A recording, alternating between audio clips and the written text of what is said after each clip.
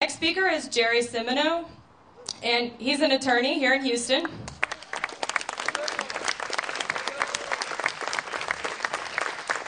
Most of you probably know Jerry or have seen him or met him before, but he's here to talk to us a little bit about the decision today and kind of clear up some of the muckiness in the decision. Thank you, Megan, and thank you very much for organizing this and all that you do for our community. You're just an amazing asset to us all. Thank you. What the fuck? What the hell happened? Is anybody happy about this? No. Who's angry? No. Damn right. Damn right. I'm angry too. Who are we angry at, though? Is it the Supreme Court of California? I'm not, actually. It's the voters. It's the voters. The Supreme Court, in my opinion, did their job, which was to apply the law in a dispassionate way. And if you read their opinion, you see that they probably weren't as dispassionate as they should be. It looked like a big, long apology for, sorry, guys, we set you up, but we're going to have to take it down again. That opinion was merely about whether or not California voters have the right to amend their own constitution, even if it means taking away the name marriage from a certain group of people. That's all it was about. California has a constitution that can be very easily amended.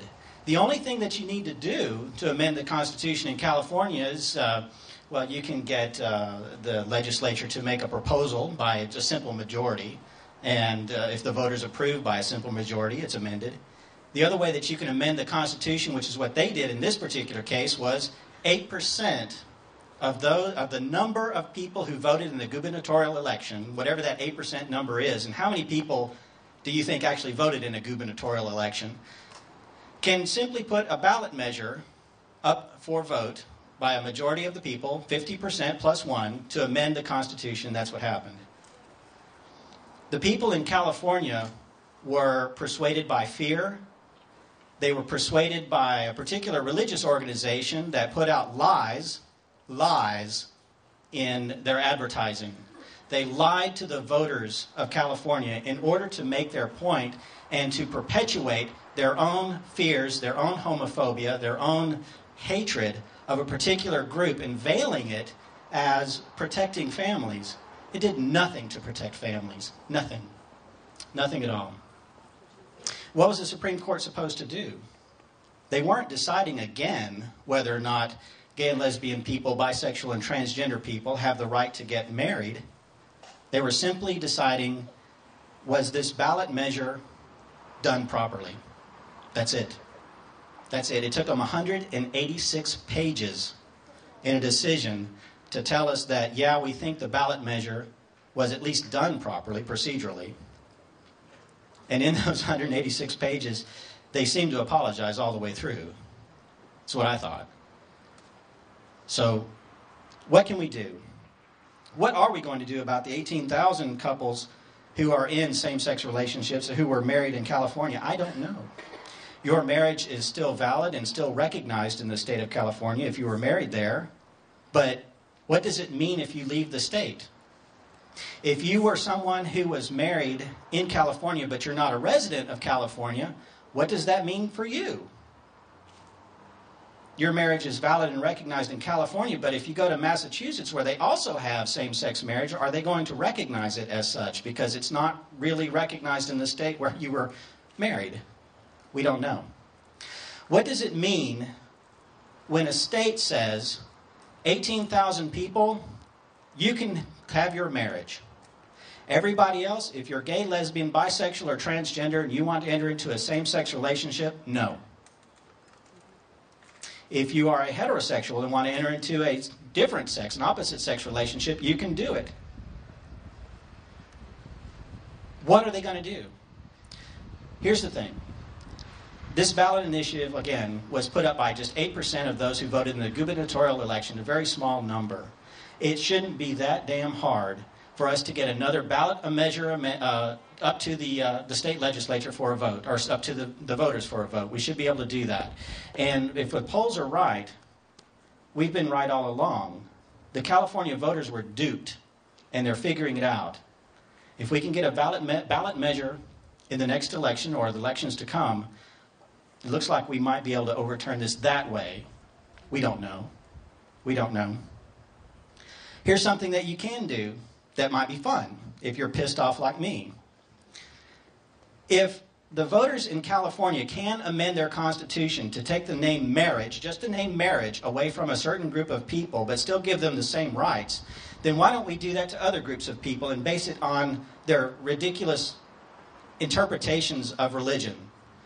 For example, in my view, people who have been divorced before and want to get remarried, you can have something else but not marriage.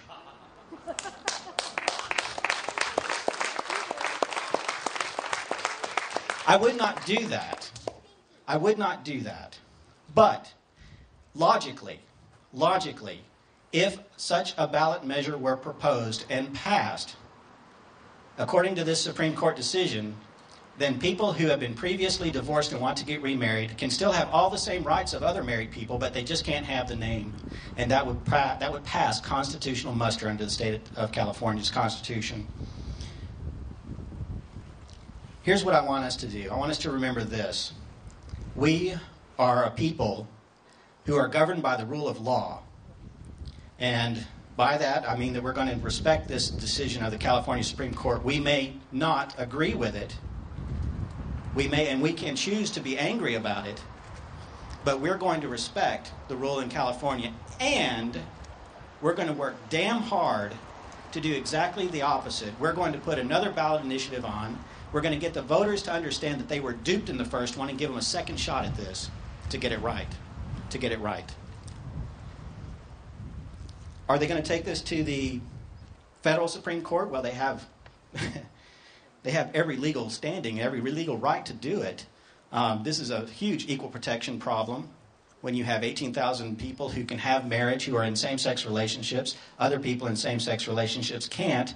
People in heterosexual or opposite-sex relationships can have marriage no matter what, whether they've been divorced or not before, unless my ballot measure gets passed. But is that the prudent thing to do? Probably not yet. Probably not yet. We don't have the right Supreme Court makeup, and we don't want to get a decision before the Supreme Court that could possibly cause us a little extra harm. So we're going to live with this for just a little bit longer, and as Mitchell Katine said, we're going to be positive, we're going to be joyful. We're going to look at those states in New England and see that equality is sweeping the nation. California just isn't the equality leader anymore. It's Iowa.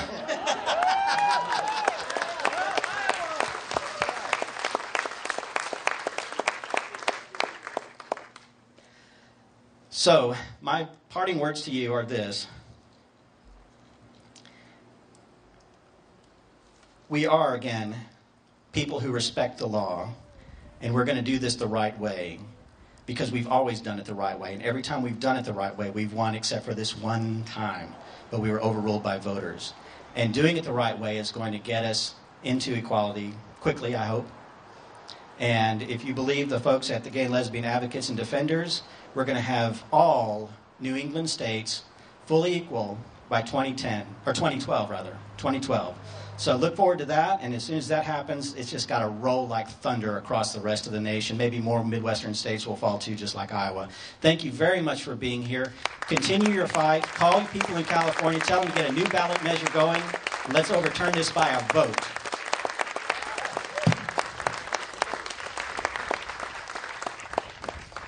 Thank you, Jerry.